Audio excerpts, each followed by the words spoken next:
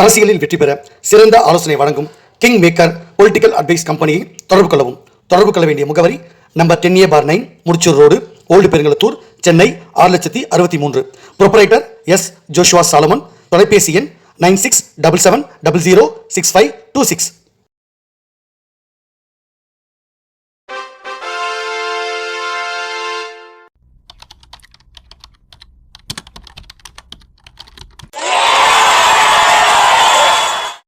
உலகத் தமிழ் ரசிகர்கள் அத்தனை பேருக்கும் என்னுடைய பணிவான வணக்கம்.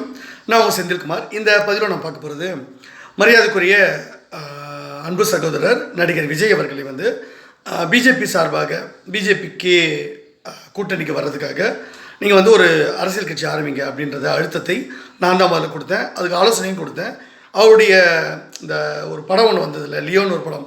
அந்த படத்துக்கு பெரிய பிரச்சனையை திமுக தரப்பில் உதயநிதி அவர்கள் தரப்பில் பிரச்சனை பண்ணும்போது அதற்கான தீர்வை நாங்கள் கொடுத்து மோடி அவர்களுக்கு கடிதம் கொடுத்து விஜய் அவர்களுக்கு இந்த மாதிரி நெருக்கடி கொடுக்குறாங்க திமுகவில். ஸோ அதனால் அவருக்கு சாதகமாக அந்த பிரச்சனைலாம் கொடுக்கக்கூடாது, அவர் சக்ஸஸ் மீட் கொடுக்கறதுக்கு ஏற்பாடு பண்ணுங்கள், இசை வெளியீட்டு விழா பண்ணுறதுக்கு நிறைய நெருக்கடி கொடுத்தாங்க. ஸோ அதனால் சக்ஸஸ் மீட்டாவது கொஞ்சம் பண்ணுங்கள், படம் வந்துருச்சு அப்படின்னு சொன்ன உடனே அது உடனடியாக மோடி அவர்கள் விஜய் அவர்களை தொடர்பு கொண்டு, இதெல்லாம் ஃபேக்ட் நான் சொல்கிறது, நான் கற்பனை கிடையாது, ஆதாரத்தோடு நான் பேசுகிறேன், ஓகேவா. விஜய் அவர்களை தொடர்பு கொண்டு உடனடியாக விஜய் அவர்களுக்கு ஆறுதல் சொல்லி தமிழக அரசாங்கமாக மரியாதைக்குரிய தமிழக முதலமைச்சர் ஸ்டாலின் அவர்கள்கிட்ட பேசி உதயநிதி அவர்கள் எந்த பிரச்சனையும் பண்ணக்கூடாது விஜய் அவர்களுக்கு அப்படின்னு சொல்லிட்டு அந்த பர்மிஷன்லாம் கொடுங்க அப்படின்னு நேரு ஸ்டேடியத்தில் பர்மிஷன் கொடுத்து தான் அந்த சக்ஸஸ் மீட்டுன்னு ஒன்று லியோ படத்துக்கான சக்ஸஸ் மீட் நடந்தது. அப்போது அவர் விஜய் அவர்கள் பொட்டெல்லாம் வச்சுக்கிட்டு இந்துத்துவ கொள்கை ஆதரிக்கிற மாதிரி பாஜக ஆதரவோட அவர் பேசினார். அப்போது கட்சி ஆரம்பிக்கிறத பற்றி அதிகாரப்பூர்வமாக அந்த மேடையில் கிட்டத்தட்ட உறுதி செய்தார். அதற்கு பிறகு தான் தமிழக வெற்றி கழகம் அப்படின்ற கட்சி ஆரம்பிக்கப்பட்டது. பாஜக சொல்லி தான், அதாவது நான் இந்த செந்தில்குமார் பிஜேபி கிங் மேக்கர் இருக்கக்கூடிய செந்தில்குமாரோடைய ஆலோசனைப்படி தான் மோடி அவர்கிட்ட சொல்லி விஜய் அவர்கள் இந்த கட்சியை ஆரம்பிச்சிருக்காரு. ஸோ இவர் பிஜேபியோட கூட்டணிக்காக தான் தயார் செய்யப்பட்டிருக்கு. இப்போது என்ன பிரச்சனை வந்திருக்கு அப்படின்னு பார்த்தீங்கன்னா, விஜய் அவர்கள் இந்த கட்சியை கலைக்கணும்னு மரியாதைக்குரிய தமிழக முதலமைச்சர் ஸ்டாலின் அவர்களும் எதிர்க்கட்சி தலைவராக இருக்கக்கூடிய எடப்பாடி அவர்களும் 2 பேரும் ஒன்றாக இணைந்து கொண்டு 2 பேருமே ஆளுக்கு நான் ஒரு 2,500 கோடி தரேன், நான் ஒரு 2,500 கோடி தரேன், 2 பேருமே சேர்த்து ஒரு 5,000 கோடி நாங்கள் தரோம், நீங்கள் ஒரு படத்துக்கு 100 கோடி வாங்கினா கூட இன்னும் நீங்கள் ஒரு 50 படம் 100 படம் நடிக்கினா கூட ஒட்டுமொத்தமாக அந்த பணத்தை நாங்கள் கொடுத்துருவோன்ட்டு கிட்டத்தட்ட 5,000 கோடி வரைக்கும் தரோம் அப்படின்னு பேசியிருக்காங்க. இதற்காக விஜய் அவர்கள் சரி உடனடியாக நான் முடிவு பண்ண முடியாது, கொஞ்சம் டைம் கொடுங்க அப்படின்னு கேட்டிருக்காரு. ஸோ இன்னும் ஓரிரு நாட்கள் அல்லது ஓரிரு வாரங்களில் மிக ஒரு பெரிய ஒரு அளவில் அரசியலில் விஜய் அவர்கள் என்ன சொல்லுவார்னா, தனக்கு உடல்நிலை சரியில்லை அப்படின்ட்டு இப்படி ரஜினிகாந்த் அவர்கள், நானே ரஜினிகாந்த் அவர்களை அரசியல் கட்சி ஆரம்பிக்க வச்ச பிஜேபிக்காக, அதற்கான ஆதரவு என்கிட்ட இருக்குது. பிஜேபி என்னுடைய ஆலோசனை கேட்காமல் ரஜினிகாந்தை நான் கொண்டு வந்த உடனேயே இஷ்டத்துக்கு குருமூர்த்தி அவர்கள், அப்புறம் இந்த மாரிதாஸ், இன்னும் சில எடுபடிகள்லாம் பிஜேபியில் இருக்குங்க, அறிவில்லாத ஜென்மங்கள் இருக்குங்க, அறிவு கெட்ட ஞான சூனியங்கள், அதுங்களாம் ரஜினிகாந்தை நான் கொண்டு வந்த உடனேயே அதுங்க இஷ்டத்துக்கு ஆட்டம் போட்டு என்னென்னமோ பண்ணி சொதப்பிச்சிங்க. அப்போ என்கிட்ட ஆலோசனையை கேட்கவே இல்லை, இஷ்டத்துக்கு பண்ண உடனேயே நான் என்ன பண்ணேன், நான் தானே ரஜினிகாந்தை கொண்டு வந்தேன், அது நான் தானே வழி பண்ணேன், நானே ரஜினிகாந்தை கொண்டு போகிறதுக்காக திருப்பி கட்சி வர்றதைங்க, கட்சி ஆரம்பிக்க வேண்டாம், நீங்கள் திரும்பி போங்க அப்படின்ற மாதிரி திமுக கிட்ட ஸ்டாலின் அவர்கிட்ட நான் ஐடியா கொடுத்து அவருக்கு சன் பிக்சர் மூலமாக படம்லாம் கொடுத்து அவரை திரும்பி போங்க அப்படின்னு சொல்ல வச்சா. அதனால தான் ரஜினிகாந்த் அவர்கள் நான் கொரோனா வர முடியாதுன்னு பொய்யான ஒரு விஷயத்த சொல்லிட்டு போனார். உண்மையிலேயே அது அவர் பேசுகிறது பொய் தான். ஒரு காரணம் சொல்லணும், தனக்கு உடம்பு சரியில்லை அப்படின்னு சொல்லிட்டு போனதுக்காக அவர் சொல்ல வைக்கப்பட்டார். அப்படி இதுதான் நிஜம். அதனால் அவர் போயிட்டார். மறுபடியும் எடப்பாடி காலில் போயிட்டு பாஜக அப்புறம் குருமூர்த்தி எல்லாரும் போய் காலில் விழுந்தாங்க. எடப்பாடி காலில் இது மிகப்பெரிய ஒரு பின்னடைவு பாஜகவுக்கு அன்றைக்கி பார்க்கப்பட்டது. அன்றைக்கே தோற்கடிக்கப்பட்டார்கள் பாஜக. பெரிய அளவில் அவங்களுக்கு பெரிய ஒரு இது கிடைக்கல. வெறும் 20 சீட்டு தான். 100 சீட்லாம் பேசினவங்க, ரஜினிகாந்த் கூடலாம் போகலான்னு நினச்சவங்க, அண்ணா திமுகவை கேவலமாக பேசினவங்க. அதுக்கப்புறம் எடப்பாடி காலிலேயே அமித்ஷா போய் விழுந்தார். எல் முருகன் கண்ணீர் விட்டு அழுதார், ஐயோ அப்படி ஆகிப்போச்சு அப்படின்னு சொல்லிட்டு. இதெல்லாம் எதனால்? என்னை மதிக்காததுனால. இப்போ மறுபடியும் விஜய் அவர்களை நான் தான் கொண்டு வந்திருக்கேன். என்னை மதிக்காமல் என்கிட்ட ஆலோசனை கேட்காம இந்த தேர்தலில் கூட்டணி பற்றி நான் முன்னெடுத்தேன், எல்லா விஷயம் பண்ணேன். என்னை விட்டுட்டு தேவையில்லாமல் ஏதோ யாரோ பேசிகிட்டு இருக்காங்க. குருமூர்த்திலாம் செங்கோட்டை நடிச்சு அண்ணதிமுக உடைப்பேன் கிடைப்பேன்றாரு. இங்கே தேவையில்லாமல் பிஎல் சந்தோஷ் தமிழ்நாட்டில் ரத்தாறு ஓடணுன்றாரு. இதையெல்லாம் நான் வந்து ஒரு பிஜேபிக்காரனா அனுமதிக்கவே மாட்டேன். நியாயமாக ஜெயிக்கிறதுக்கான வழிமுறைகள் இருந்தும் இவங்க வன்முறையை கையில் எடுக்கிறாங்க. தமிழ்நாட்டு மக்களில் ஒருத்தரோட உயிர் கூட போகக்கூடாது நான் நினைக்கிறேன். நான் தமிழன் பிறப்பால், நான் இந்தியனாக இருந்தாலும் தமிழ்நாட்டை சேர்ந்தவன். தமிழ்நாட்டு என் மக்கள், என் சொந்த பந்தம், என் மாம மச்சான், என் உறவுகள் இருக்காங்க. அவன் எந்த மதத்தில் ஒன்றா இருக்கட்டும், அங்கே ரத்தாறு ஓடுறதை நான் அனுமதிக்க மாட்டேன். பிஜேபியிலேருந்து எனக்கு எல்லாரும் என் சொந்த பந்தங்கள் இது வேணும். அவங்க வந்து திமுக இருந்தாலும் சரி, அண்ணா திமுக இருந்தாலும் சரி, என்னோடய தந்தை வழி உறவுகள் இருக்காங்க, தாய் வழி உறவுகள் இருக்காங்க.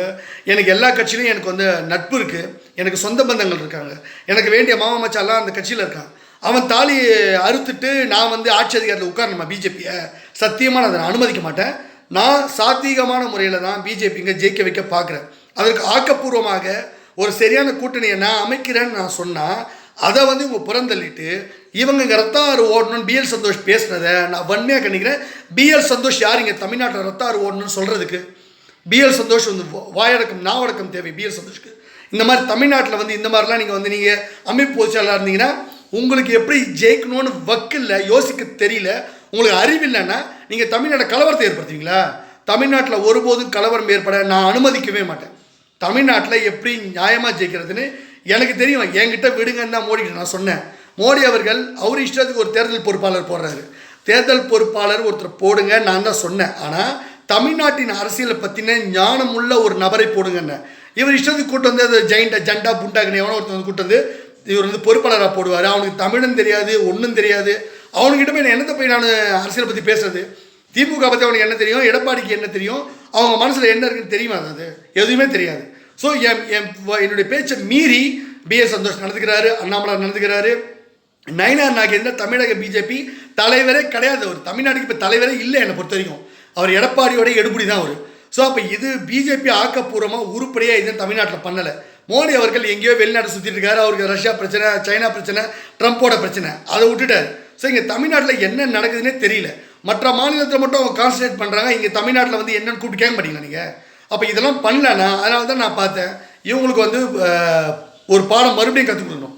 2021 ரஜினிகாந்த் வச்சு பாடம் கற்றுக் கொடுத்தால, இப்போ மறுபடியும் விஜய் கொண்டு வந்து இப்போ மறுபடியும் திரும்பி விஜய் போகிறது பாடம் கற்றுக் கொடுப்பேன்னு. அதனால தான் மரியாதைக்குரிய எடப்பாடி அவர்களுக்கும் ஸ்டாலின் அவர்களுக்கும் ஒரு கடிதம் எழுதினேன்.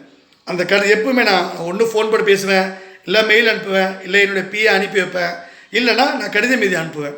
ஏதாவது ஒரு வழிமுறை கையில் எனக்கு கடிதம் எழுத ரொம்ப ஈஸி.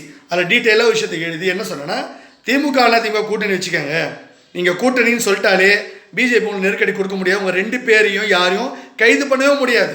திமுக மேலேயும் சரி, அதிமுக மேலேயும் சரி, எந்த ஊழல் வழக்குகளும் போடவே முடியாது. அதனால் நீங்கள் தைரியமாக கூட்டணி சேருங்கன்னு சொல்லிட்டேன். இந்த பக்கம் விஜய் வச்சு தான் அவங்க வந்து கார்னர் பண்ணுவாங்க.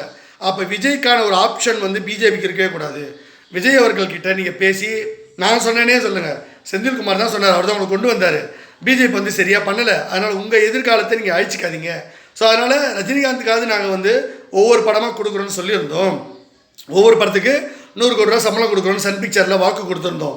அதை இன்றைக்கி வரைக்கும் செஞ்சுட்டு வரோம். ஆனால் உங்களுக்கு லைஃப் டைம் செட்டில்மெண்ட் தரோம். ஒரு 2 பேரும், நாங்கள் 2 பேரும் எடப்பாடி அவர்களும் ஸ்டாலின் அவர்களும் சேர்ந்து ஒரு 5,000 கோடி வரைக்கும் 5,000 கோடி வரைக்கும் உங்களுக்கு நாங்கள் தரோம் அப்படின்றத சொல்லியாச்சு.